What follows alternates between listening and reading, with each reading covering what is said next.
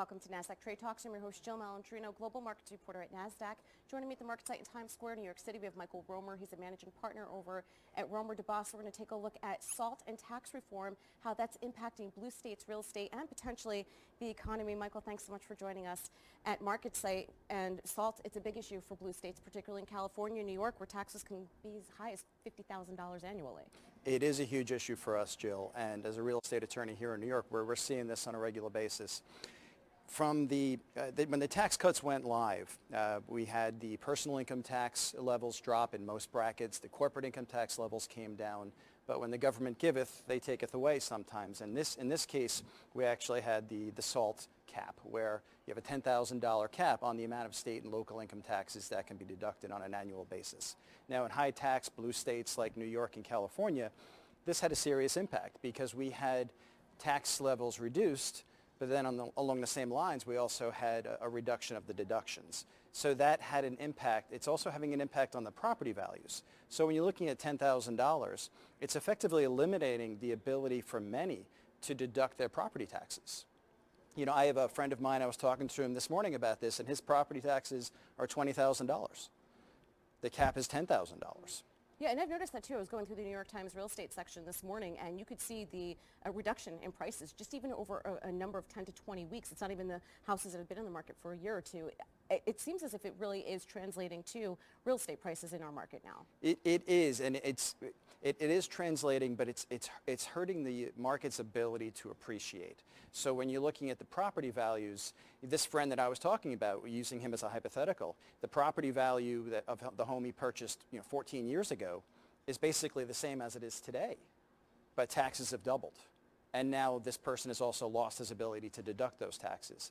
And that really impacts the ability or the incentive for that person and any person to sell their home, right, which is going to have an impact on the amount of deals that we see. So SALT has had a direct impact on, in particular, blue states like New York and California. All right, now opportunity zones, this was another federal program intended to spark investment, but it hasn't necessarily been playing out as expected. Yeah, it's been underwhelming, to be honest with you. When the program came, it came out with the best intentions.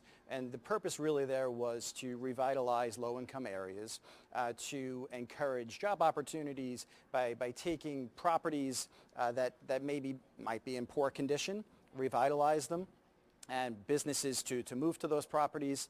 But outside of the funds, and there's a number of funds because you've got over 8,000 opportunity zones in the country. So you have a number of funds that have actually raised significant sums to purchase properties in these areas, but it's heavily been limited to vacant land grabs. And when you're looking at individual investors, I think they're looking more to the traditional 1031 exchange, which is limited to real estate, as opposed to the opportunity zones where you could actually take you could take your gain from capital gains on sale of stocks and other asset classes and use that to actually purchase properties in the opportunity zone and get the tax benefit by deferring the tax on that gain. But most people are really deferring to the 1031.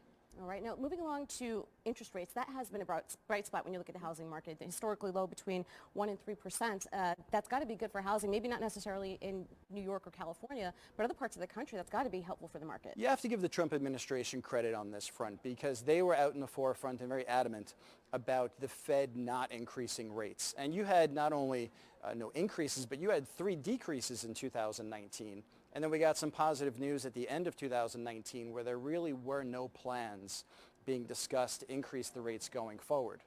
Now, that does have an impact on mortgage rates.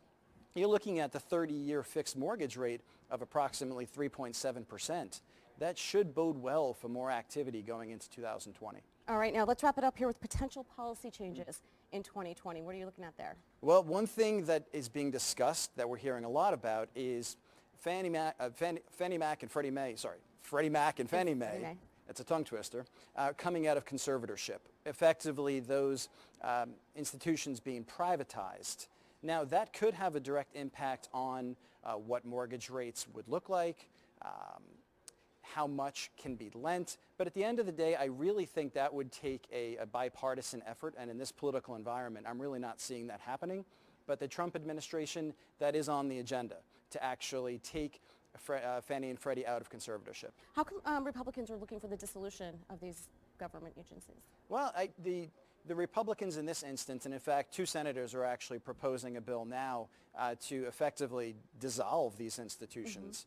And I think the thought process there is to privatize and allow the private sector to handle money being lent to the real estate market. That'll be interesting to see how that could create, the next revolution of real estate. Yeah, time will tell. It should be interesting. All right. Thank you so much, Michael, for joining us at MarketSite. And thank you for joining me on Trade Talks. I'm Jill Malandrino, Global Markets Reporter at Nasdaq.